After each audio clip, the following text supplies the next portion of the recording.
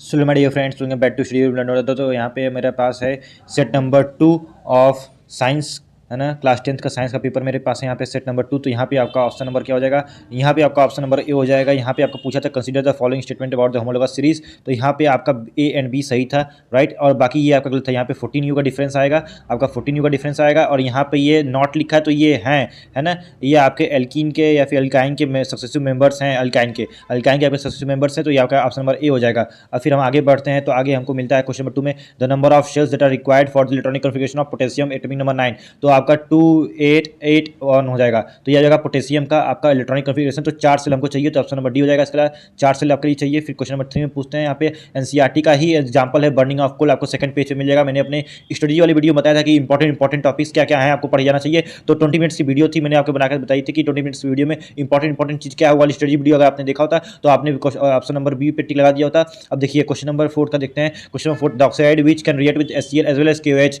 To give the corresponding salt and water. Salt water कौन देता है? एम्फोटेरिक ऑक्साइड देते हैं। तो Al2O3 जो है ये आपका ऑप्शन नंबर बी सही हो जाएगा। Al2O3 जो एम्फोटेरिक ऑक्साइड होते हैं वही देते हैं सॉल्ट प्लस वाटर, है कि नहीं। अब यहाँ पे देखते हैं विच of the following metal alloy is made of copper and tin. ये भी मैंने बताया था कि ये देख लीजिएगा एलॉय किससे किससे बनते हैं, वो पक्का आता है हर साल। तो जो जो मैंने बताया था वही आज चीज़ें आ रही हैं। तो अगर आपने मेरी वीडियो देखी होती तो आपको समझ में आ गया होता कि भैया ये चीज़ें रिपीट हो रही हैं। अब आगे बढ़ते हैं हम लोग।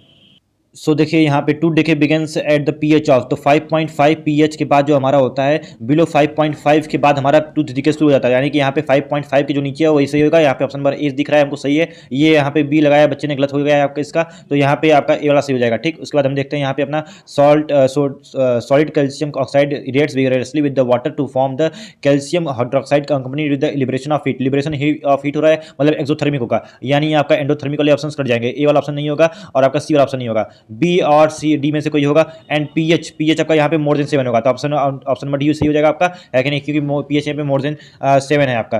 फिर यहाँ पे देखते हैं ह्यूमन रेस्पिरेटरी सिस्टम। तो यहाँ पे आपको बहुत ही इजी क्वेश्चन था, क्लास 7th लेवल का क्वेश्चन है कि भैया रिब्स और आपका डायफ्राम कैसे होते हैं जब आपका क्या कहते हैं कि हम लोग ब्रीथ इन करते हैं।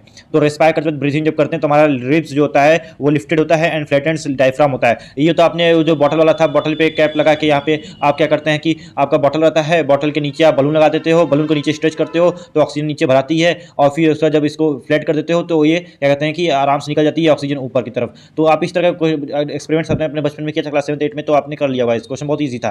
फिर select the out of the feature of following gland which does not occur at a pair as a pair कौन नहीं है? ओवरी, एड्रिनल, टेस्टिस, ये सब पेयर में होते हैं सिवाय पिट्यूटरी ग्लैंड के। पिट्यूटरी ग्लैंड हमारे ब्रेन में प्रेजेंट होता है कि नहीं। फिर उसके बाद question number 10, which of the following statement is are true. तो यहाँ पे ऑप्शन नंबर हो जाएगा बी एंड सी। ये बी वाला गलत हो जाएगा, बी एंड सी हो जाएगा, क्योंकि बी एंड सी सिर्फ सही है यहाँ पे, बाकी सब गलत है, ठीक। अब हम आगे बढ़ते हैं। सो यहाँ पे दिया है इसमें से कौन सा आपका बेस्ट डायग्राम रिप्रेजेंट करता है। तो ये मैंने बताया था कि स्पोर फॉर्मेशन वाला इंपॉर्टेंट है, तो याद करके जाना चाहिए था आपको। स्पायरोगेरा प्लेनेरिया ईस्ट नहीं होगा, यहाँ पे राइजोपर्स होगा आपका, है कि नहीं। फिर आगे चलते हैं। यहाँ पे क्वेश्चन नंबर 12 बहुत ईजी आपका एनसीईआरटी का उठ आ गया कि क्वेश्चन क्या है। तो यहाँ पे सी हो जाएगा 50% टॉल 50% शॉर्ट। तो यहाँ पे आपका बनेगा सी वाला, है ना। सी वाला ऑप्शन देख लीजिए, आपका सी वाला ऑप्शन होगा। फिर यहाँ पे हम लोग आगे बढ़ते हैं। The strength of the magnetic field produce by current solenoid does not depend. तो यहाँ पे डायरेक्शन ऑफ द करंट हो जाएगा, ऑप्शन नंबर बी सही हो जाएगा, है कि नहीं। तो does not depend on the direction of the current, किस डायरेक्शन से आ रही करंट उस पर डिपेंड नहीं करता है। फिर assignment of the electrical resistivity हो जाएगा आपका ओ मीटर हो जाएगा, बड़ा इजी आ गया यहाँ पे आपके लिए। फिर यहाँ पे आ जाएगा मिनिमम रेजिस्टेंस निकालना था, तो आपको पैरेलल कॉम्बिनेशन में रखना था सबको बैठा के, है ना। 1/10 + 1/10 + 1/10 करना था आपको बैठ के यहाँ पे। तो उसका आंसर आ जाता है 2 ओम निकल के आ जाता है, ठीक है ना। इसको कैलकुलेट करते तो आपका आता है 1/r = 5/10। तो 5/10 का था 1/2। फिर इसको क्या करते हैं r = रेसिप्रोकल 2 ओम आ जाता है आपका आंसर। तो ये सब करने से बढ़िया था आप यहाँ पे सिंपल सा 2 पे सी वाला जो ऑप्शन था उस पर टिक लगाते आपका आंसर आ जाता है, ठीक ना। तो बहुत ही सिंपल था। आगे बढ़ते हैं।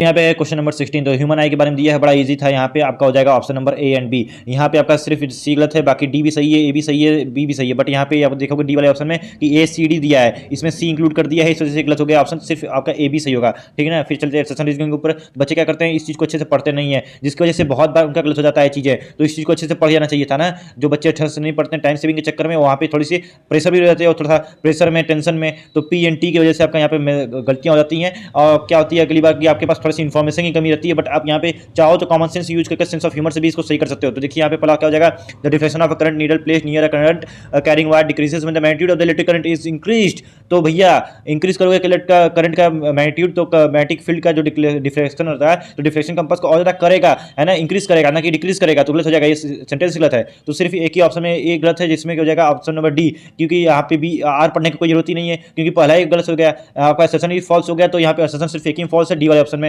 है कि नहीं, तो इसमें 17 में डी हो जाएगा। फिर आगे बढ़ते हैं, आपका assertion human female has a perfect pair of sex hormone, सही बात है, एक्स एक्स इसी के पास होता है, मेल के पास एक्स वाई होता है। फिर sex hormone contributed by the human male in the zygote decide the sex of the child, yes बिल्कुल सही बात है, एक्स वाई होता है मेल के पास, तो एक्स वाई क्या करता है, अब इसमें से अगर एक्स एक्स आ गए इधर से तो हमारा फीमेल हो जाएंगी, और अगर एक्स वाई आ गए तो यहाँ से मेल हो जाएगा, है कि नहीं, तो हमारा बिल्कुल सही है यहाँ पे।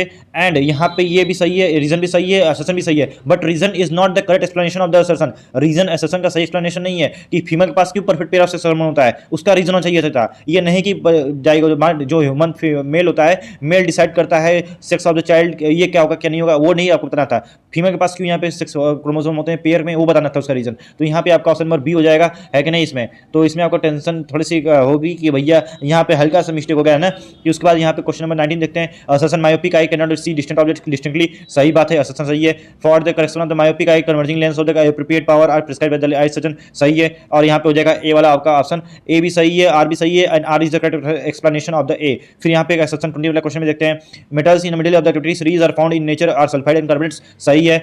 The sulphide ores are calcinated, गलत, सल्फाइड ओर्स रोस्टेड होते हैं, रोस्टिंग के थ्रू होता है ना, इनको रोस्टिंग के थ्रू हम क्या करते हैं, इसमें से ऑक्साइड्स निकालते हैं, और कैल्सिनेशन के थ्रू तो हमारा कार्बोनेट्स होता है। सीसी याद भी करवाया गया था कि आपको सीसी अगर जहाँ मिल जाए कार्बोनेट्स कैल्सिनेशन होता है ना, सल्फाइड का आपका रोस्टिंग होता है। तो यहाँ पे अगर आपने ये थोड़ी सी मिस्टेक की होगी तो गलत हो गया होगा आपका, बल्कि यहाँ पे होगा ए सही है, आर गलत है, तो एक ही होता है सी में, जहाँ पे असर्शन सही है, रीजन गलत है, तो यहाँ पे सी हो जाएगा। आई होप कि अगर आपको एक आंसर की पसंद आई होगी तो आप लाइक से सब्सक्राइब करोगे, इस तरह की भी सोल्यूशन कीज मेरे चैनल पे सोल्यूशन कीज आती रहती है, मैं डालता रहता हूँ, आप सब्सक्राइब कर लीजिए मेरे चैनल को, है कि नहीं। जय हिंद।